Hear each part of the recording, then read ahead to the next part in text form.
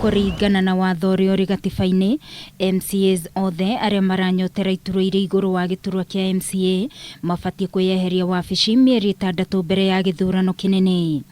Na niguo mundu ndakanekore hatikaini ona hotanite giti, Spika wa mbunge ya bururi Justin Muturi nioritie MCAs aria mari na matanya tamaya kumenya ihinda riao rigathira muthenya wa ruciu tareki kenda. That I took the liberty to just alert ourselves, because we are a party that has been encouraging many of our members in the county assemblies to also vie for other positions. Kwiyeheria kwa MCAs aya ni watho uri gatiba-ini gicunji kia mirongo kenda na kenda, no MCA urenda gugacoka giturwa-ini kiu ndahingiriirio ni watho uyu. Taken the liberty to advise that it is against the constitution for a member of the county assembly, specifically Article 99 Clause 2 Paragraph D, bars a sitting member of a county assembly from running for a position of member of parliament unless they resign 6 months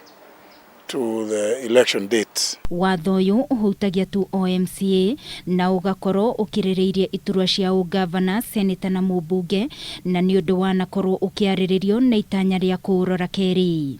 Muturi akioria MCA kurora ndeto ino na kinyi, amurio karega kurumirira watho ahota gukanorwo ni giti ona hotanite. Because I know we have several members of county assemblies who may be desirous of vying for positions of member of parliament in the National Assembly or Senate.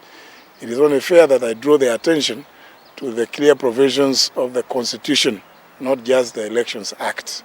Mbunge wa Gatundu ya Rugongo wa wa Kibe ni ekorete hatikaini ni undu wa watho uyu. Cira uria wandikithitio mwaka-ini wa 2017 ni kung'oa ibara, akiuga Wanjiku ndeyeheretie giturwa-ini ta MCA wa Kiambu mbere ya githurano kia mwaka ucio. Muturi nierite MCAs aria marenda gukarugama na kiama kia Democratic Party kurumirira watho niguo matikanahingirirwo nja.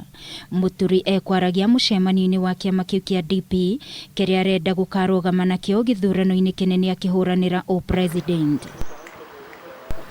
Gerifotera Kameme TV ni njitagwo Wangui wa Mwiruri.